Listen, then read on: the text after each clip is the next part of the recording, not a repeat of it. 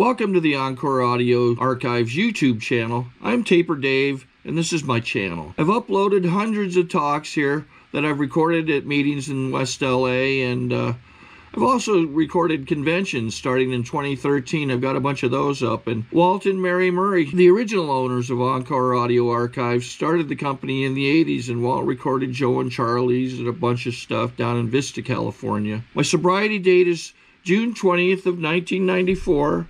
I hope you find something you like, so please like and subscribe to my channel and comment down below. If you want to hear something that I don't have or that you don't see, I'll see that I get it. Anyways, take care and have a great day if you want to. I'm acting as the chairperson for this meeting. As is customary, I shall introduce myself, and as I call on the other speakers, I ask that they introduce themselves in a similar manner. My name is Susan. I am a member of Alcoholics Anonymous, and through attempting to follow its program, I have refrained from drinking since December 29th, 2003. Okay, now it tells me that I'm going to introduce the speaker, and this is an interesting place to be standing. I can pretty much guarantee without grandiosity that I have known the speaker longer than anybody else in this room. In fact, I've known her 9 months longer than anybody. For those of you who can't figure that out, she's my daughter. Alice has a story to tell that I think will be helpful to everyone in the room, which is the spirit of this program. Alice and I have been through many, many years of many things. We were running buddies together. We worked through early sobriety together, and now we live in sobriety together. I am so pleased to know her. It is a true gift to not only love someone as your child, but stand in total admiration for her as a woman and as a member of this program. I think you're in for a real treat today. So, Alice?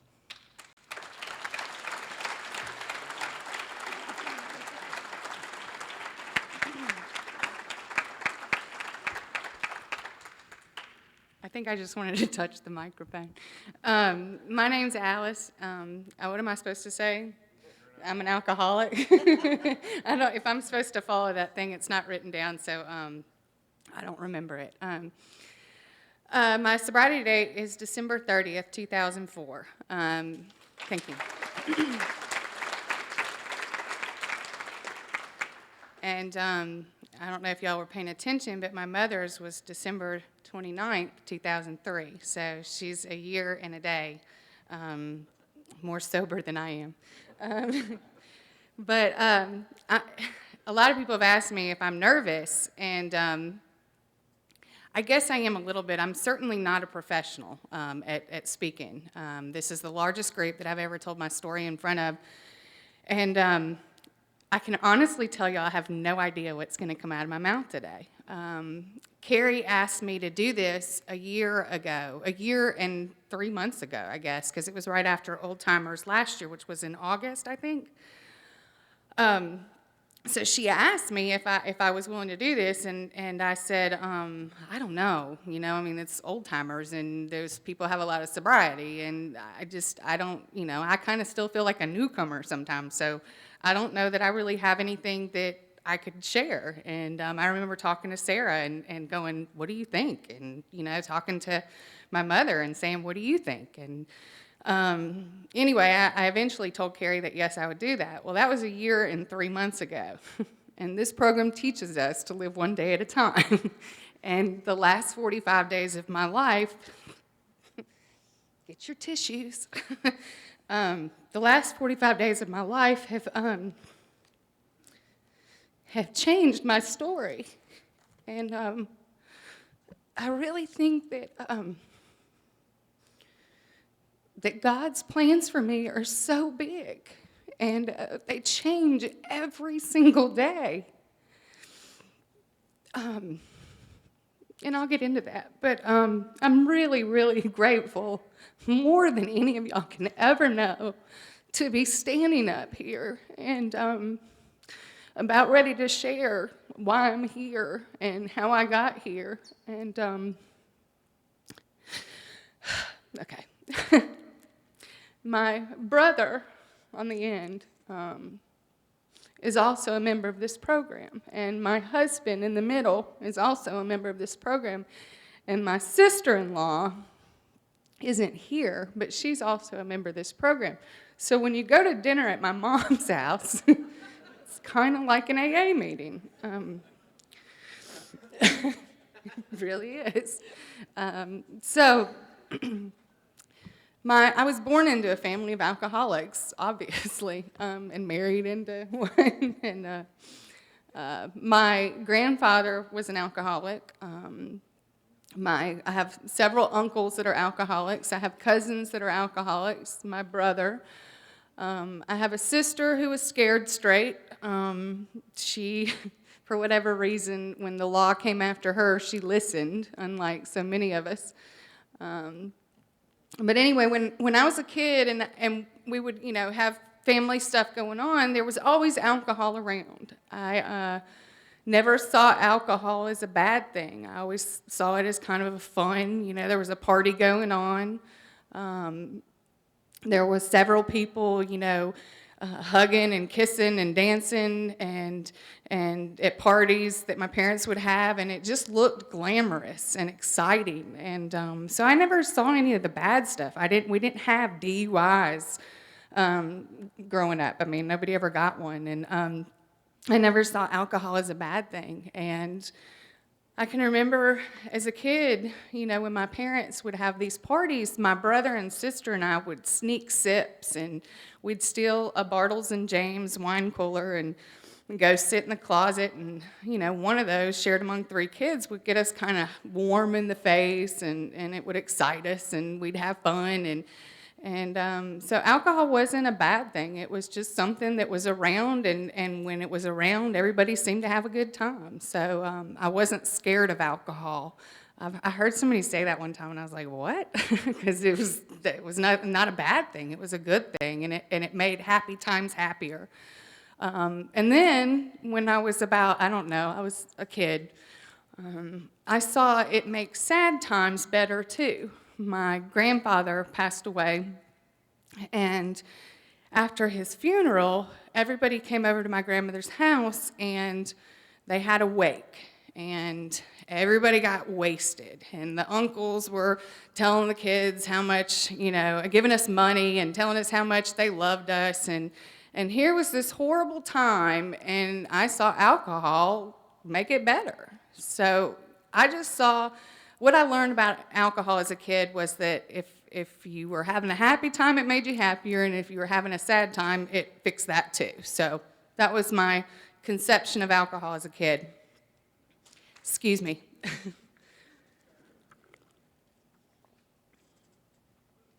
When I was about 13, it became common for, the kids that I was growing up around. I grew up in a great neighborhood. We lived in Castlewoods growing up. And several of the kids in the neighborhood would come over to my parents' house, and my parents always had a stocked bar. And my dad had the little airplane bottle size of different liquors that he had in a golf bag, and he didn't play golf a lot, so we'd just steal them out of there. And he never knew. And we'd sit in the closets, and in my brother's closet or my mother's closet or my sister's closet or whoever, and we'd play games and drink liquor. And I can remember sitting in that closet like it was yesterday. And I can remember taking a vodka bottle, and for the first time I drank the whole thing in one drink, and my fingertips got numb, and my toes got numb, and it kind of just moved inward, and my whole body got numb and warm and happy, and I liked it. The big book talks about men and women like the effects produced from alcohol. That was true for me, because I liked that warm sensation. What it did was it made me feel beautiful. and it made me feel smart, and it made me feel strong. And anything I was scared of, it kind of just took it away. And I learned that at 13. Growing up, teenage years, I had something working for me. Most kids complain about curfews and all that kind of crap. I had an alcoholic mother. And I had a father who traveled Sunday through Thursday. So it was a pretty good world. Because I would go to youth group on Sunday nights, and they always had things for us to do, so I wouldn't be home till 10 or 11, and my mom was so drunk, she was like, "That's good, sounds good to us." And I would stay out and do whatever I wanted Sunday through Thursday, and then on the weekends, I'd follow whatever curfew my father put in place, and I never had any issues. I never got in trouble with my parents. I never, I guess luckily I never got in trouble with the law when I was a teenager. That came later.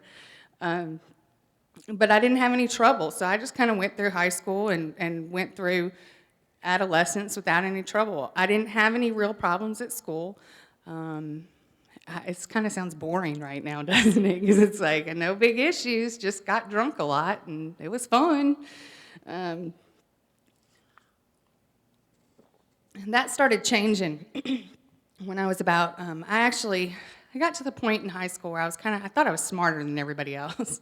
I wasn't, but I thought I was. And I was tired of school, and so I had talked my parents into letting me skip a grade.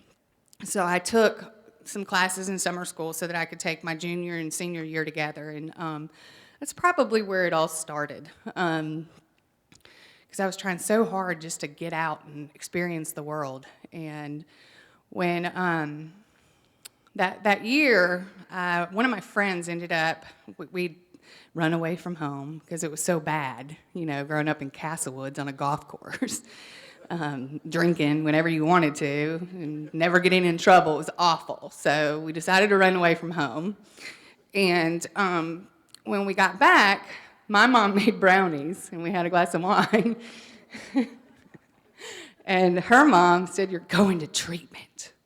And so when we got back, she ended up going to Charter Hospital. And so my first kind of exposure, well, she was told when she was in treatment that if we were still going to be friends, that she had to go to Alcoholics Anonymous, and all her friends had to be sober. So I was like, all right, I'll do that. So we started going to AA meetings together. And I was like 16, 17 years old, and I went in there, and all these people were like, "Are you powerless over alcohol?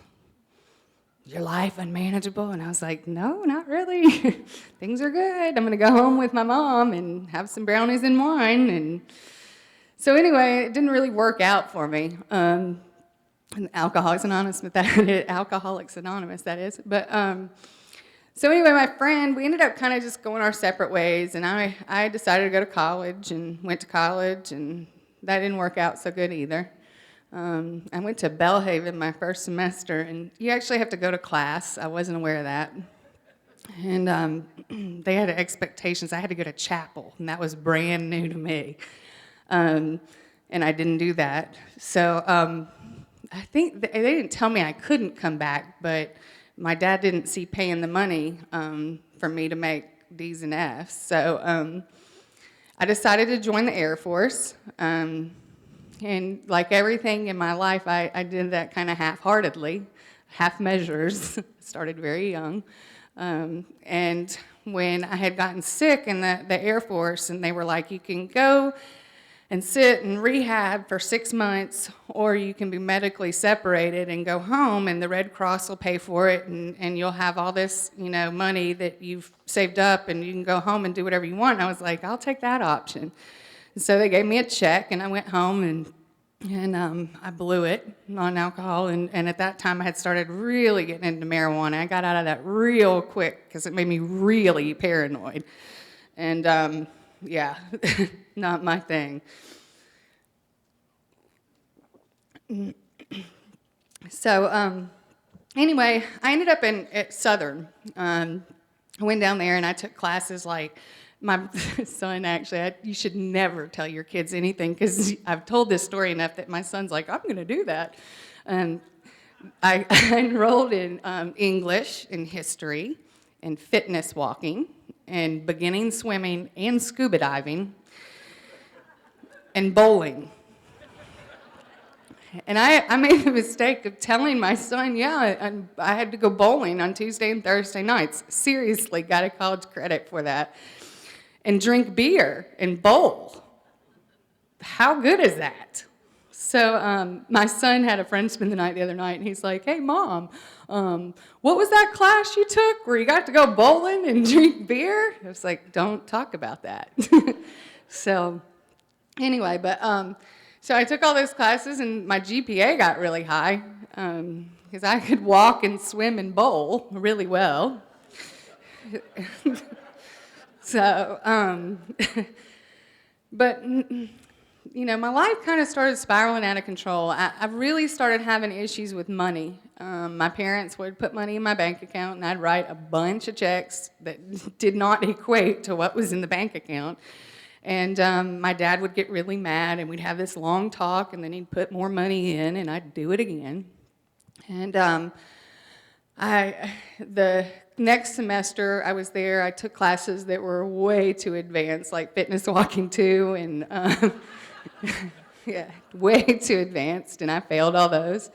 And so my parents had decided that maybe I was too immature to go to college, and perhaps I should move back to Jackson.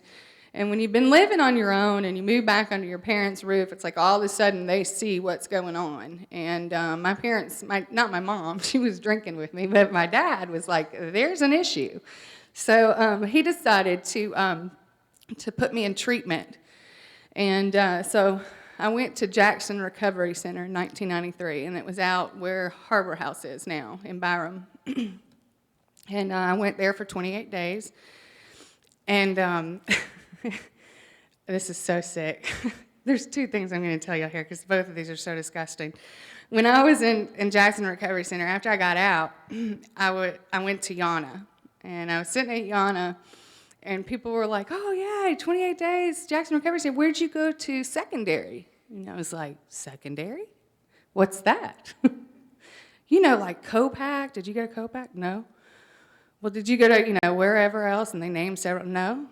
And I was jealous. I wanted to relapse so that I could go to secondary. That's sick.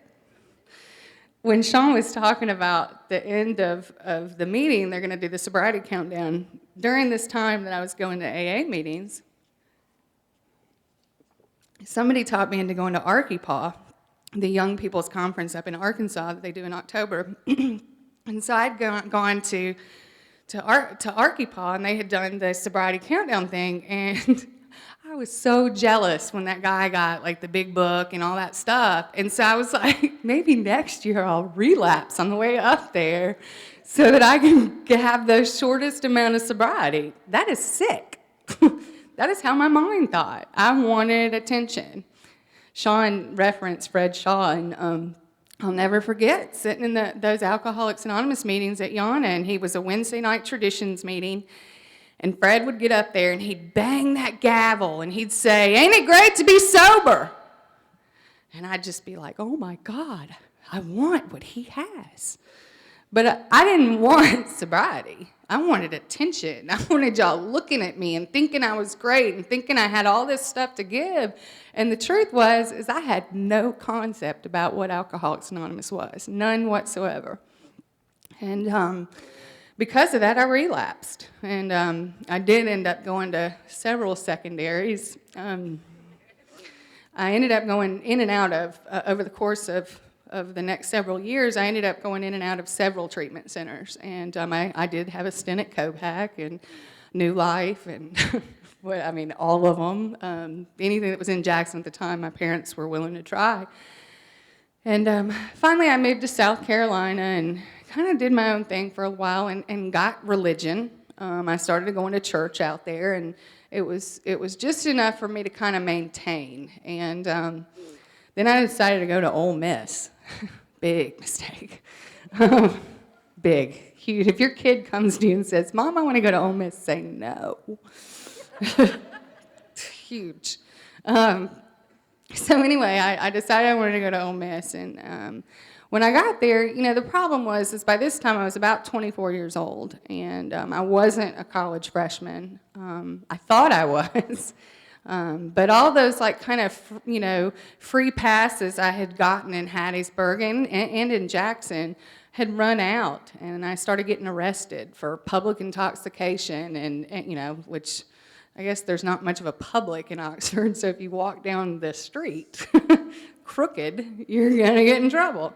But needless to say, I started getting in a lot of trouble, and my solution for when I would get in trouble was I would call my parents, and I would say, "Hey, things are bad, I need to go somewhere," because that had worked for so long.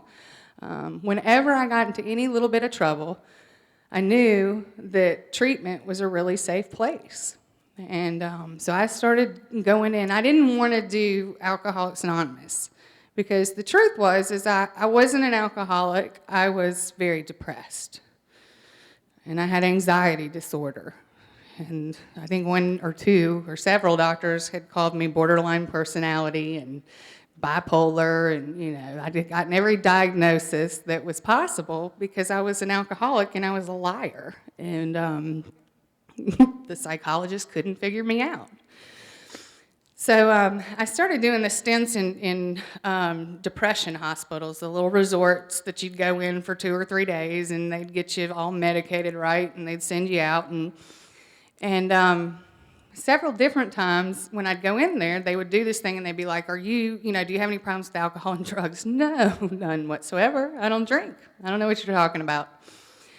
And so that they'd, medicate me really heavily, and I'd go on the locked ward without the AA meetings. But that was safe to me because the one thing I did not want to give up in my life was alcohol. And so I was willing to be crazy, but I was not willing to admit that I was an alcoholic. Some of y'all might be able to identify with that. I remember one place that I went in Memphis one time, St. Francis Hospital, I think, and they had this big metal door that like clanged when you were dropped off there, and it clanged, and I could see my dad and my mom walking towards the elevator, and the little admissions guy is walking me down the hallway, and he's like, "So, what's your problem? Depression?" "Oh, so you're depressed?" "Yes, I'm very depressed.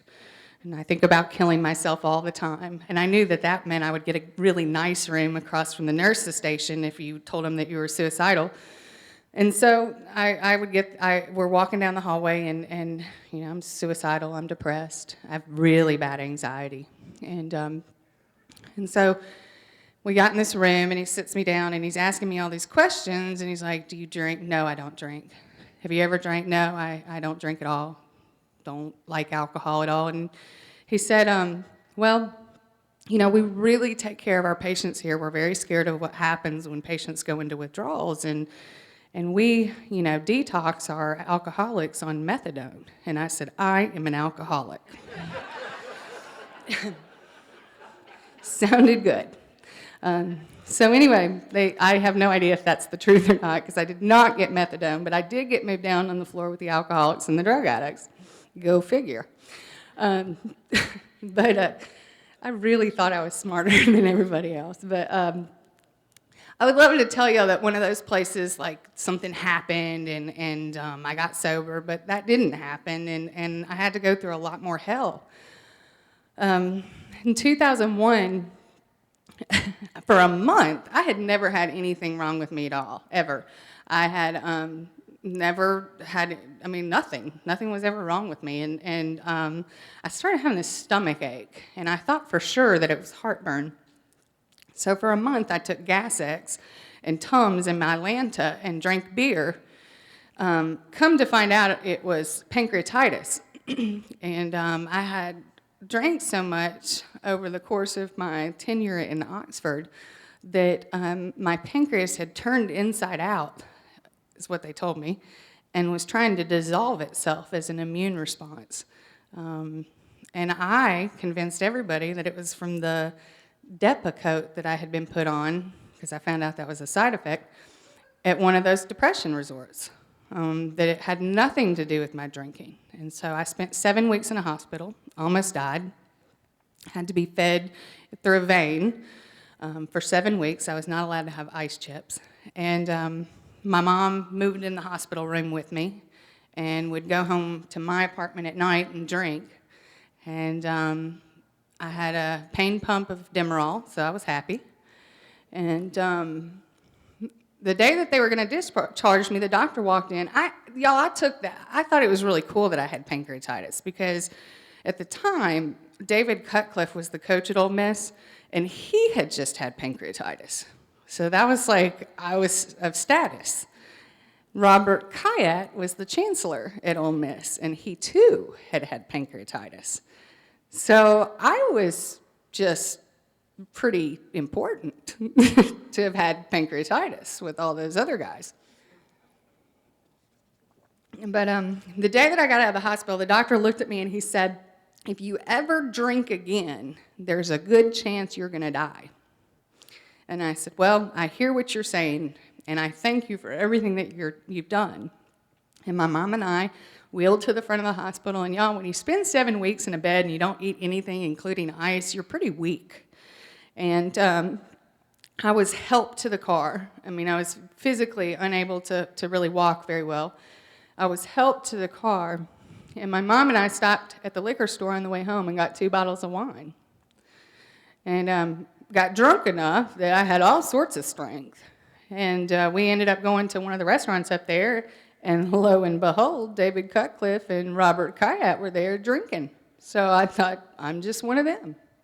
I didn't see myself as an alcoholic in pretty bad shape.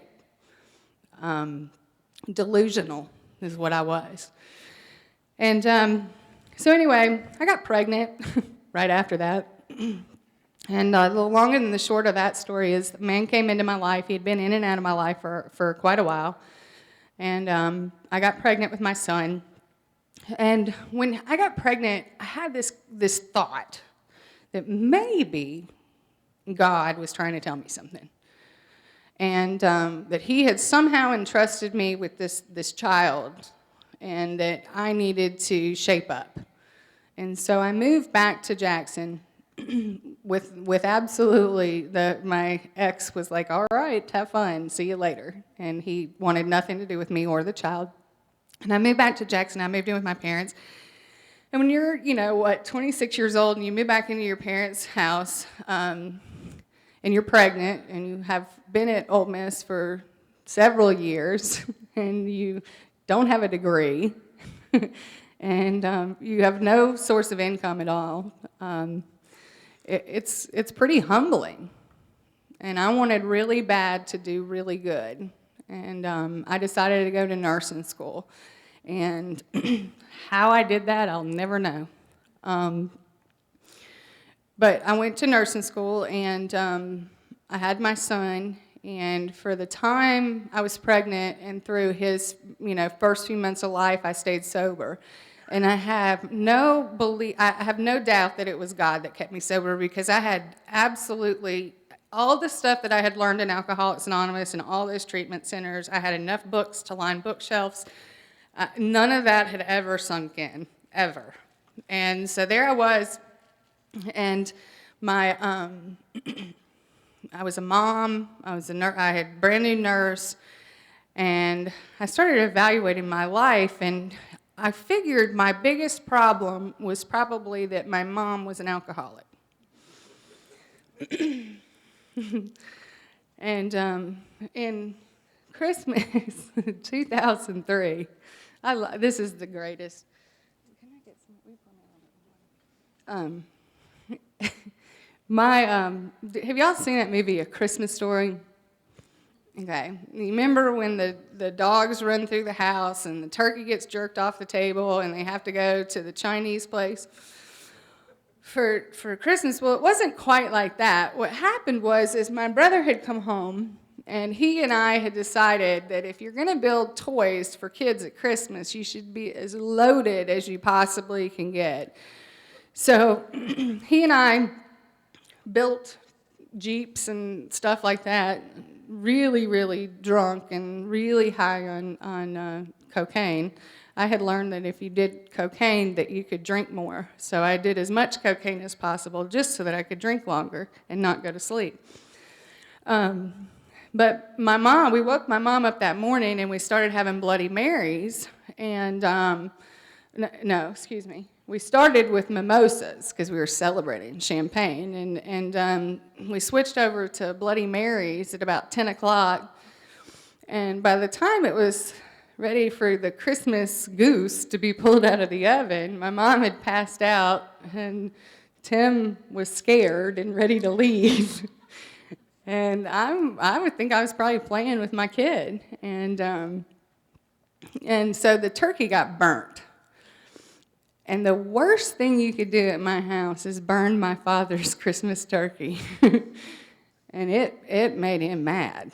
And he asked me if I was willing to go to the Chinese place for Christmas dinner. And I said, sure. I mean, I was high and drunk. I was ready to go anywhere. So he and my son and I went to a buffet and had Christmas dinner. And as we were sitting there, he's like, it's just too much. It's just too much. What do you think we should do? And I said, send Mom to treatment. And my dad goes, well, that's it. All these years, I thought it was you. I'm so sorry. Does it count as an amends if you do it in front of all these people? Okay, good. But, so my dad's like, that's great, we'll do that. Well, I had shaped up, like I said, I shaped up in the last few years. Shaped up in the last few years.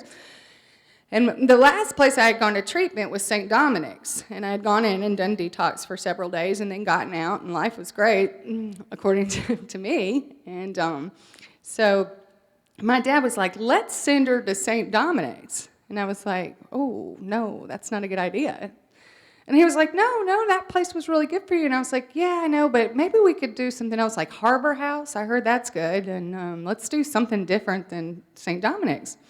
And the reason why I was so terrified of St. Dominic's is because when I had gone the last time, I had told my parents that the nuns had intervened on me and that they had taught me to drink like a lady. So the idea of my mom going to St. Dominic's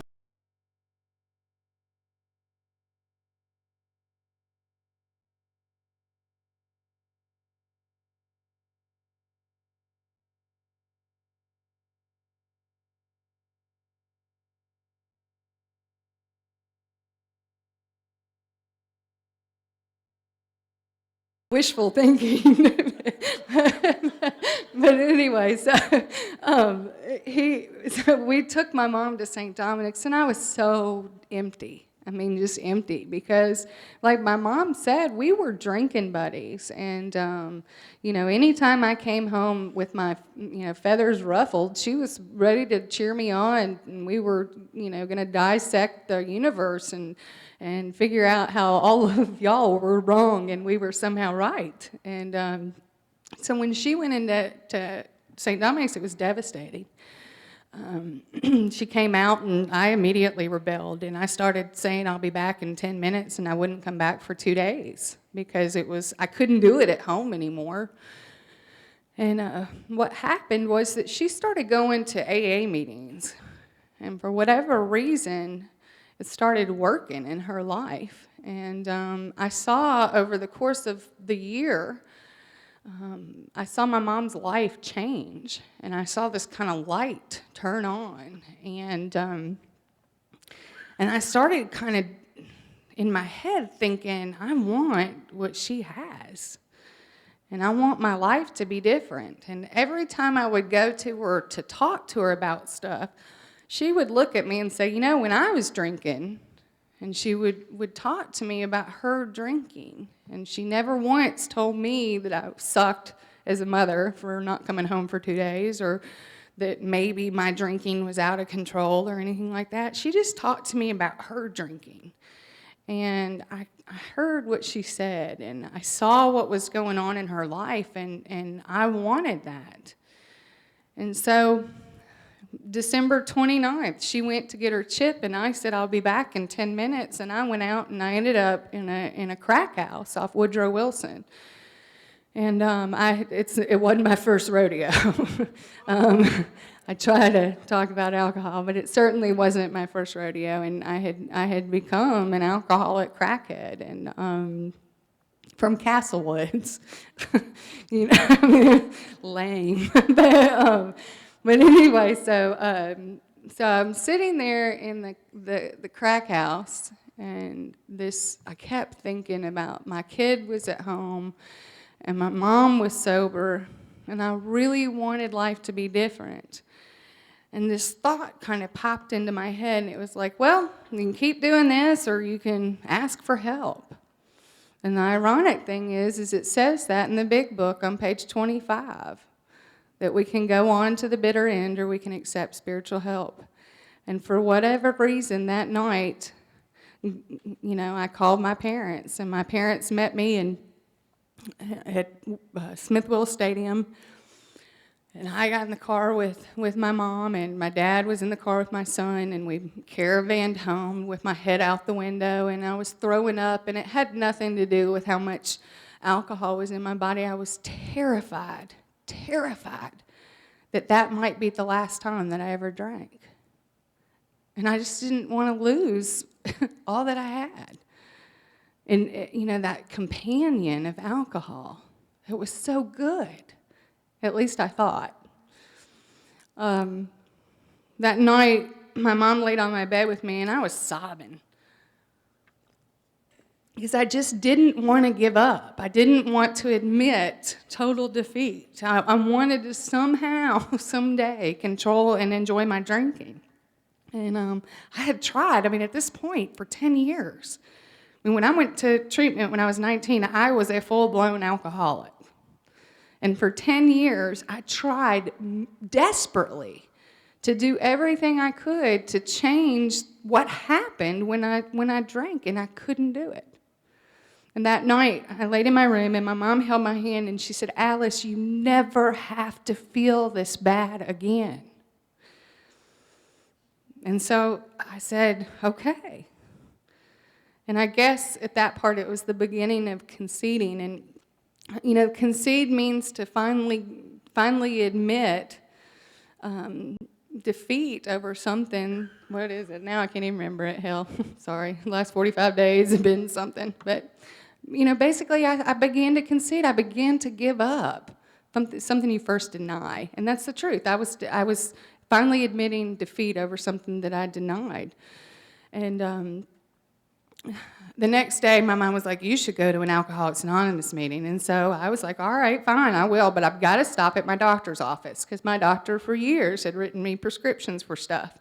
And he had given me Xanax and Valium and Klonopin and anything I needed to treat my horrible anxiety disorder that I had. And the truth was I didn't have an anxiety disorder.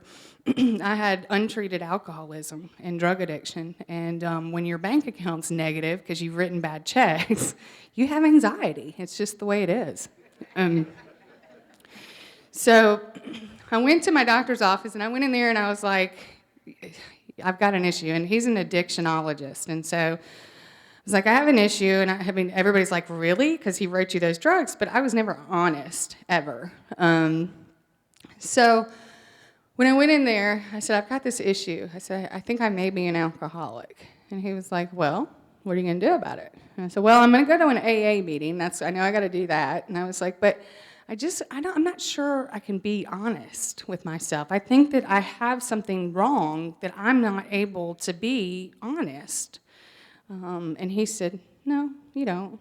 And I was like, so you really think that I can be honest with, like, the world? And he said, yeah. And I really wanted him at that moment to say, nope, crazy. Can't do it. Because I wanted a pill to fix it. I wanted something that made me better without me having to do any of the work. And he told me that there wasn't such a pill. Science had not accomplished it yet. So I went to an Alcoholics Anonymous meeting that day, and I went to Yana. It was something I was familiar with. And when I went in there, this woman met me, and she was really nice, and we talked. And so I was like, okay, I'm sitting there the whole meeting, and she was, shaking at the coffee thing. I was shaking at the coffee thing, and she was so sweet. And so I was like, all right. I said, I'm new. I've been here before, but I'm new, and I need a sponsor. And she's like, I'd love to sponsor you. So I was like, okay, good. I've done something different. I'd never really gotten a sponsor before, so I've done something different. And so at the end of the meeting, they call and they say, if you need a chip, come up here. And they said 24 hours, and I got up and got my chip, and she did too.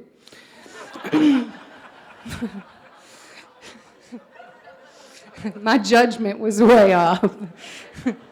So I knew that probably wasn't going to work. And so my mom had mentioned that maybe I should go to a meeting with her. And so I started going to meetings at Big Old Pack. And I had a real hard time identifying with those women. I was terrified of them. They were pretty, and they were dressed appropriately, and they had jobs, and they, had showered and things like that, and I was not familiar with those simple things. And so anyway, my mom was like, look, there's this lady named Libby, and I think I saw her husband come in earlier, but anyway, there's this lady named Libby, and I think you'd get along with her real good. And so I called her, and she's like, yeah, sure, we'll meet. And so we met, and the first time we sat down together, I'd never done that, and I was terrified of women, and I know the women in the room can identify with that. I never felt like I was good enough to even be your friend, much less ask you for advice, because that was so,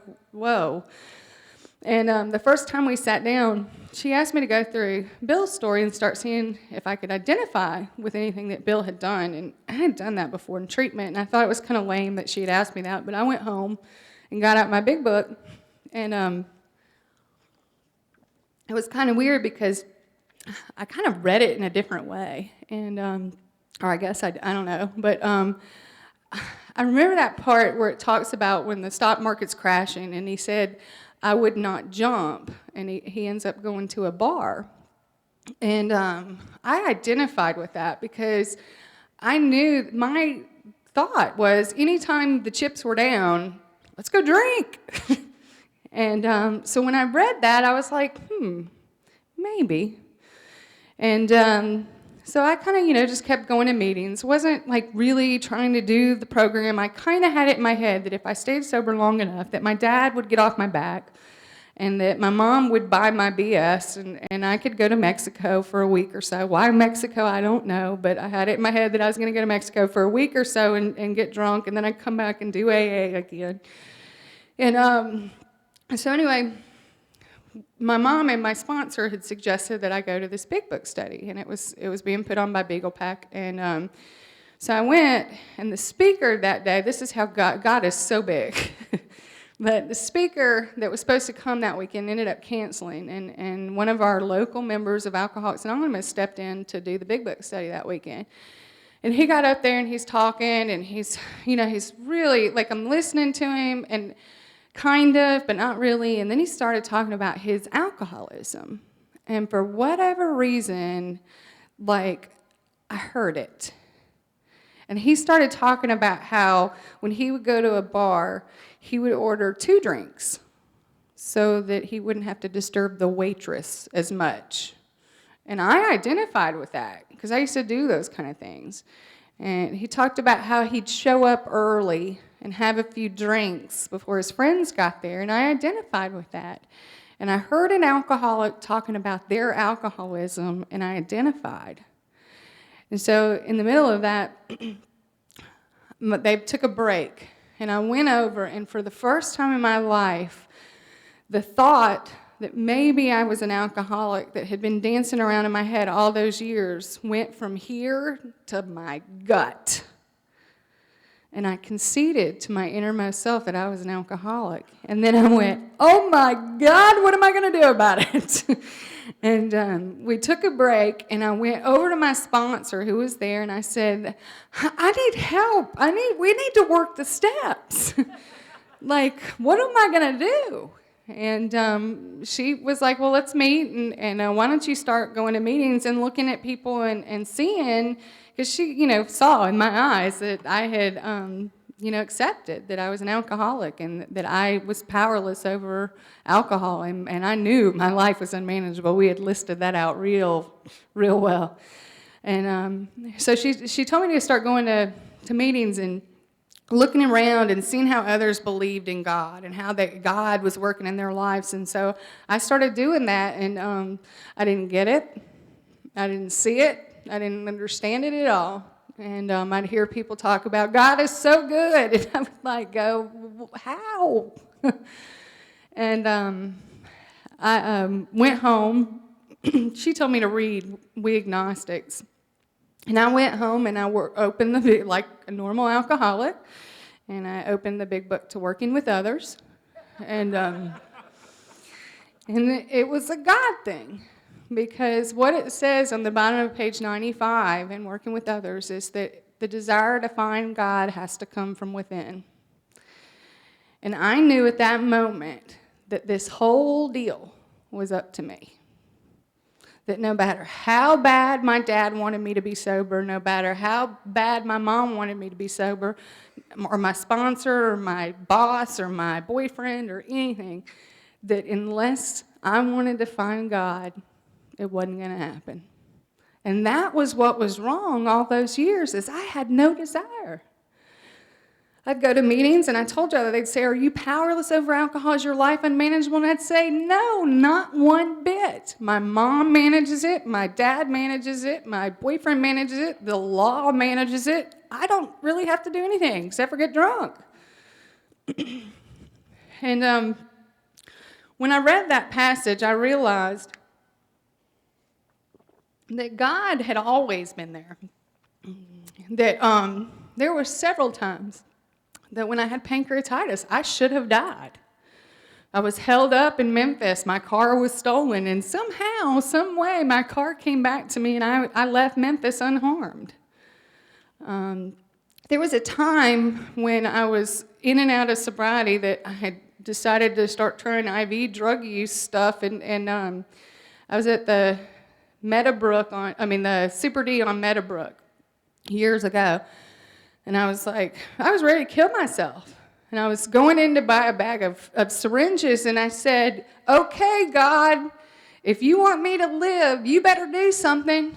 And I walked in there, and I bought the syringes, and I got back in the car, and I went to start it, and it wouldn't start, and I said, damn it. And I never acknowledged that maybe God had done it. That maybe he saw a purpose for me. I made a decision after I read that part in the big book to give this thing a shot. I'm the kind of person that when you go to a Mexican restaurant and you put a hot plate in front of me and they say, don't touch it, it's a hot plate, every single time I go like this. And the reason why is because I want to touch it. I don't believe it. I want to feel it. And faith had never worked in my life before, so how was I going to make it? And at that moment, when I read that about the desire to find God has to come from within, I made a decision that I was going to look for God, that I was going to do things a little different. On page 94 in that same book, it says that we're going to start placing the welfare of others before ourselves. And so I adopted that attitude at that moment. And when my dad would say things that annoyed me, I'd say, sure, okay, yeah. And when somebody at work would want to shift that I had, I would say, okay, yeah, that works too. Because if it worked better for somebody else, then it was okay for me not to have my way. I got to work with my sponsor, and we did the 4-step, and I've said this before to many people in this room. I did not find the 4-step difficult, because it was all in my head and in my gut, and when I got really uncomfortable in situations, like and I couldn't talk or whatever. I wanted desperately to get rid of all that crap. So when my sponsor said, okay, it's time to do the 4-step, I was like, yes, because I wanted rid of it. And what I learned in the 4-step is what I had thought was everybody else's fault wasn't. I had made conscious decisions, and sometimes unconscious decisions, to do things that affected other people in a really negative way. And my life had become run by fears that I wouldn't get what I want, or I wouldn't be what I wanted to be when I grew up. And I just ran over a lot of people in that, and in my destruction, tornado, hurricane. Sometimes I think they should update the book and change that, because it's huge. But anyway, I had a friend in Alcoholics Anonymous early on that we used to tell each other like our secrets so that we wouldn't really have to be honest with our sponsors. Don't do that. But the night before I was supposed to do my 5th step, she and I went to have coffee. And there was this one thing that if I told anybody, like I was sure that I would be kicked out of AA, that I was like be taken to an island somewhere or whatever. And so we went to have coffee, and I was like, look, there's this thing that I'm not willing to put on my 4-step to tell my sponsor tomorrow. And I was like, what do you think about me just telling you? And then that way I don't have to tell her. And she's like, I think that works. So I did. I told her. And she relapsed. Not that night or anything, but later on. It wasn't that bad. But anyway, so the next day I went to do my 5th step, and I'm doing my 5th step, and we get to the end of it, and I felt really good, and my sponsor said, is there anything else? And I said, yep. And I told her, and she said, I know, I went through something similar. And it was like freeing. It was like all of a sudden, all my secrets were gone. All that stuff that had made me hold my head in shame and made me, stay away from normal people just kind of went away. And I can remember I driving home from her house, I was like, in the car driving down Highland Colony Parkway, and the sun was shining, and like everything was kind of sparkling, and I swear on my life I heard, ah, swear. And I really believe that happened because for the first time in my life, there was absolutely nothing in between me and God. Nothing. And I went home. She gave me the assignment that it says in the big book that after you do your 5th step, you return home, you get your book, you go over the first, and then you do 6 and 7. And so I did that, and she told me, there's more stuff in the 12 and 12. And so I read through the 12 and 12. And I remember going to my mom, who was in her room. I was still living at home. Progress, not perfection. But anyway, I remember going in her room, and I was like, Mom, I get it. That same humility, that same desire to change, that night that I called you and I said, I need help and I don't want to live like this anymore. I have to have that same desire and humility when I say I want to change and I want these character defects to go away. And she said, yeah. And so that's the way I approach my character defects. They're there, ask my husband. But I have to go to God with that same desperation and say, I need help. Change me. This is standing in the way of me and that voice that I heard that day. And, after I worked through 6 and 7, and I got met with my sponsor, and we talked about what I had learned, and we made my list, and there's 2 amends that stick out in my head, and the first one is my father. And my father, God love him, my brother, me, my mom, my sister, and her thousands of dollars worth of lawyer fees, and he's sick.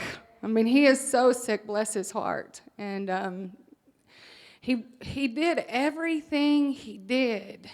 The controlling and the making me go to treatment and telling me not to date that boy, he did every single bit of it out of love. And I had the opportunity, because of this program, to change the way I thought about my dad. And I saw him in new eyes, this man that had, my entire life, had sacrificed to go out and spend 4 days on the road every week trying to make the best life possible for me and my brother and my mom and my sister. He did everything for us. And I hated him for years. And this program taught me how to see him through different eyes and to love him. And to when he says, you should really move your plants inside, I go, you're right, I should. Instead of, I know, dumbass, it's supposed to be 30.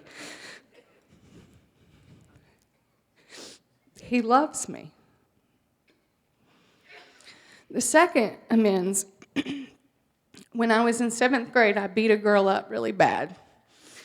And I say really bad. I wasn't that big of a badass. But needless to say, I beat her up. And she ended up leaving school. You get beat up in a small school and people talk about you and make fun of you and stuff. And she ended up changing schools. And my son was 3 years old, and I had worked through the majority of my amends, and for the most part, I had learned to look at the world in different eyes and with different eyes. And I'm standing at a 3-year-old birthday party, and this girl walks in, and I was like, oh no, and it was her.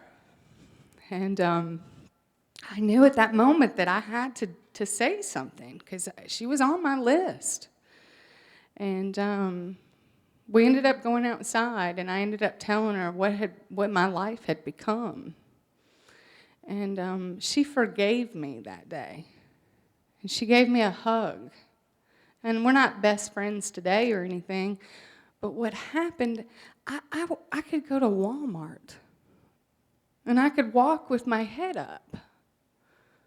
And when I saw people, I didn't have to turn and run the other way.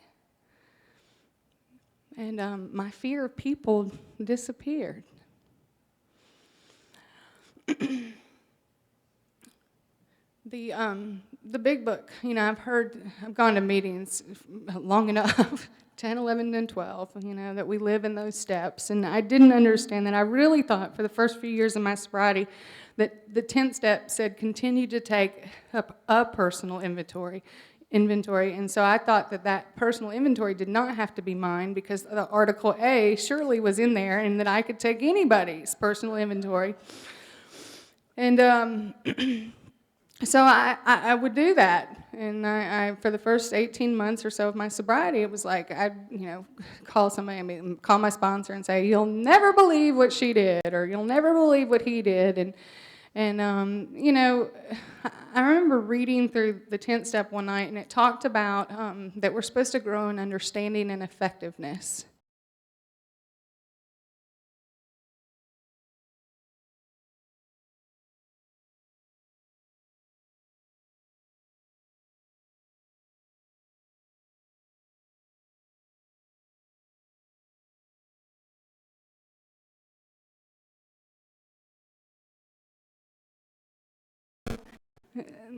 But I've learned how to look at my life and know what I did wrong today and how I can face tomorrow. I'll never forget, my son went to a lot of AA meetings when he was really young, between me and my mom, and I'll never forget when he was about 4 years old,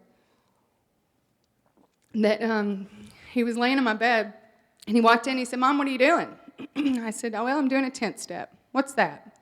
Well, it's where you kind of learn and you look at how you want to change it, and you do look at today to see what you can do to change for tomorrow. And he was like, oh, okay. I said, what's wrong? And he said, nothing. And I said, do you need to talk? And he said, yeah. And I said, all right, let's talk. And he said, well, my name's Chance. I'm an alcoholic. We stopped taking him to meetings after that. But that's what the 10th step has done, is it's taught me how to look at how I react in situations and how I can change it and how I can be different the next time. Because I'm not going to be perfect, but I can be different the next time. And that may not be right either. That's why we continue. I'll never forget when I was early in sobriety. Let me say this. Let me stop and say this. That talks about that the program's attraction rather than promotion, and I believe that's at the family level too. For the year and a day that my mom was sober, she never, I said this already, but she never talked to me about about my drinking. She always talked to me about her drinking. And every time I would go to her, she would always say, yeah. She'd say, when I was drinking, and she would tell me about stuff, and she never once, she had a lot of opportunity to, she never once told me what I was doing wrong. She just talked about her drinking. And that made me want what she had. And for a year and a half after I got sober, my brother would call me from Tennessee or Montana or wherever he was, geographical fixing, and he would call and I would talk to him about my drinking and not his. And he ended up moving home, and when he moved home with 2 sober alcoholics, there was no hope for him. And he watched us go to AA meetings, and he watched my life, which had been pretty bad. He watched my life completely change. And so when I was about 18 months sober, my brother, it was 1 o'clock in the morning, and I was like, I still do this, but I go to bed at like 9 o'clock. And I was up for whatever reason at 1 o'clock in the morning, and he came in my room, and he was drunk and high, and he was like, I think I'm a drug addict and alcoholic. And I said, you're probably right. And we ended up going outside, and I talked to him about my drinking. And I told him my story. And, Tim is 6.5 years sober now. And that's the miracle of this program. I'll never forget when he was early in sobriety, we were all early in sobriety, and I went walking through my house one morning, and I kind of looked in Tim's room, and he's on his knees praying. And I walked in the living room, and my mom was on her knees praying. I wasn't sure if she had relapsed or if she was praying. She was praying. And I got really sad because my prayer was not like that. And I didn't read 5 books a morning to get me into contact with God. I had kind of just been like, hey, God, look, all right, today I've got to go to work, and I'm really scared because I have to work with this girl, and I don't like her. Okay, so help me not say stuff that I shouldn't say, and help me do the best that I can do. Thanks. And that's how I prayed. And so when I saw my mom and my brother on their knees, and their books were spread out among them, I started crying, and I got really upset because I thought I didn't pray good enough. And I thought that my connection with God wasn't as good as somebody else's connection with God. And I remember calling my sponsor and telling her, that I didn't pray right. And she says, well, how long have you been sober? And I said, well, almost 2 years. She said, I think you're doing all right. And I get up in the morning, and I usually go have a cup of coffee, and I ask God to watch over me. And at the end of the day, I thank him for all that he's done that day. It's pretty simple for me. I don't read 100 meditations. Sometimes when I'm sitting in traffic, I meditate. But the biggest thing that this program has done for me is step 12.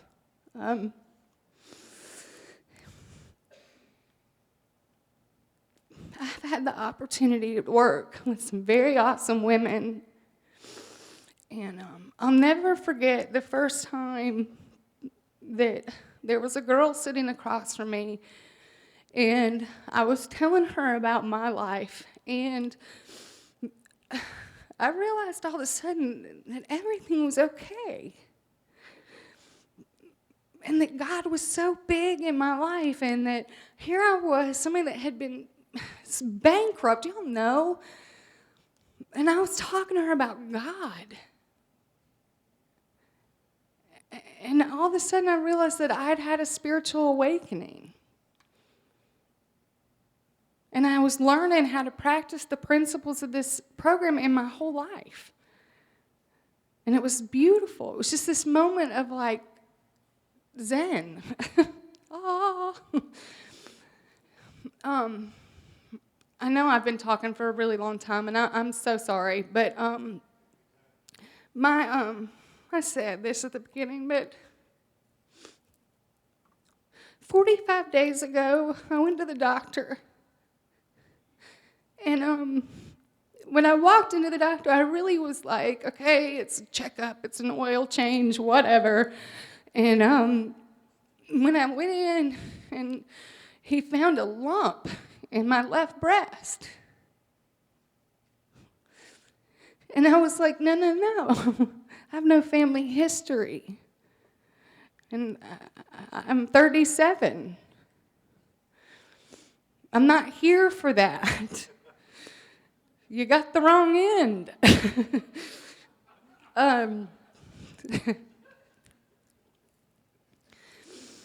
And I was diagnosed about 10 days after that with breast cancer. And it wasn't the good kind where you get free new boobs. It was the invasive kind, the scary kind.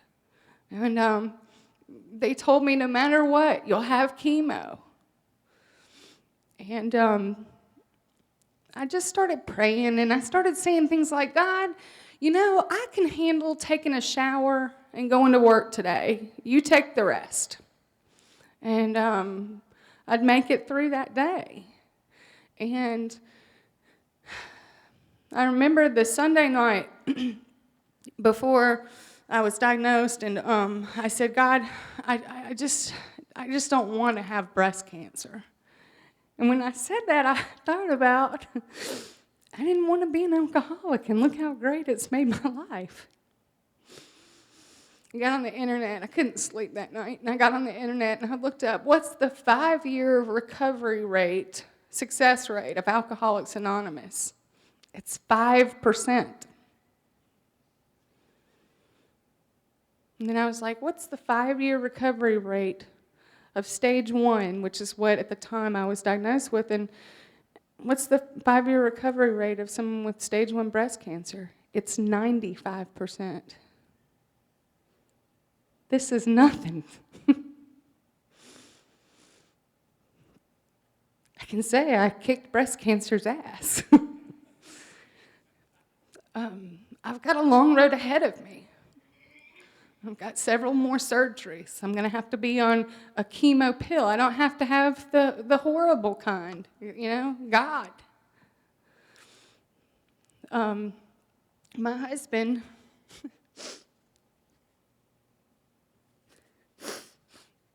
on October 3rd, adopted my son. And on October 5th, I had a double mastectomy. And I wasn't nervous that day. I was actually making jokes in the pre-op area, and I wasn't nervous because I knew if God could save me from being an alcoholic and a crackhead, that there was no reason why I couldn't make it through a surgery. My husband he's helped me maintain my dignity through this. When you look at yourself in the mirror for 37 years and you see something and then it changes, but the person standing next to you doesn't change, it's a miracle. And he's held me up. And I've never felt alone. I had decided that when I was diagnosed that I would get on Facebook, just tell everybody at once. And I did that. And I had women private messaging me saying, thank you for your courage. I was diagnosed with breast cancer, and I don't know how to tell anybody. Another woman called me and said, I've only told my mother I'm having a double mastectomy next weekend. We ended up texting the entire time she was in the pre-op area, and the night that she had surgery, she called me, and I talked her through it. And that's what this program has taught me, is to put the welfare of others above you. Another woman that I sponsored her daughter sent me a message, and she said, I know God has big plans for you, because not only did you save my daughter, you saved our family. And all I did was work the steps of Alcoholics Anonymous with her. My brother, we've grown apart over the last few years because we both got married and he's had a kid. And the day that I was going to have a biopsy, he was just accidentally at my doctor's office where I work. That was God. God put him there so that I didn't have to go through that really scary moment alone. In 45 days, my life has changed completely. But I have felt the hand of God on me the entire time. And without Alcoholics Anonymous, I wouldn't know what that was. I wouldn't know what it feels like to hear that and to know without a doubt that I am an important person of not only Alcoholics Anonymous, but now the breast cancer survivor community. God saved me because what I'm supposed to do is to help another alcoholic achieve sobriety. That's my job. And every day that I get to wake up and do that, I thank him. And I thank you all for giving me your attention. Thanks.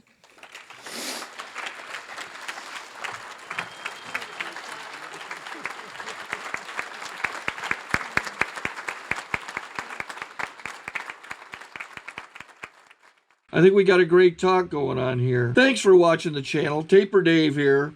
Just curious, do you think this is better than Zoom?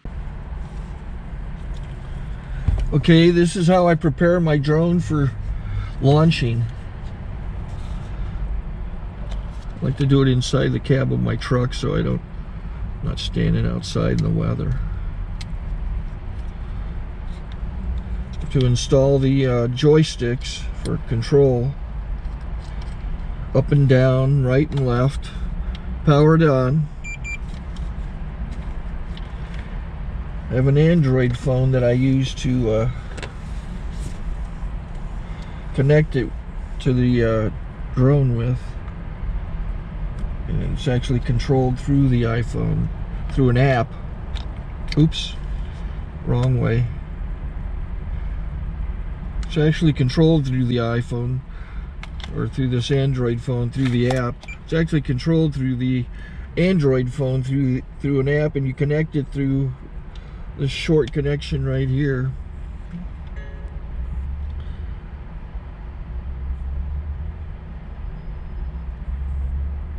Remote control connected. Remote control's connected. So I pull out the drone. I have to extend the legs. Long legs extended first, then the short legs. Remove the gimbal protector. Set that aside, then power it on one short burst and one long burst. I lay it down. So I have to go to calibrate. So the drone's not connected yet. It shows you here as this drone gets disconnected, even though the remote's powered on. So the drone has to establish it's connected. So I go into the app to calibration mode. First I'll calibrate the remote controller. Start calibration. Out, in, out, in, up, down, and then this little wheel is to control the gimbal. So it's calibrated. Go to gimbal calibration, start calibration, and then it calibrates the gimbal. I don't know if that shows up. The gimbal's moving all over the place. Changes, you can see it on the video. and I'm calibrated to take off. It's acquired 7 satellites at the moment. There are 26 satellites up in the sky, which it has to acquire before you can take off. So it's connected. It's got enough satellites. This is white. I can go to press this little arrow button, swipe right to take off, and it would start the motors if I slid this to the right, but I'll wait till I get outside. Don't want to do it inside.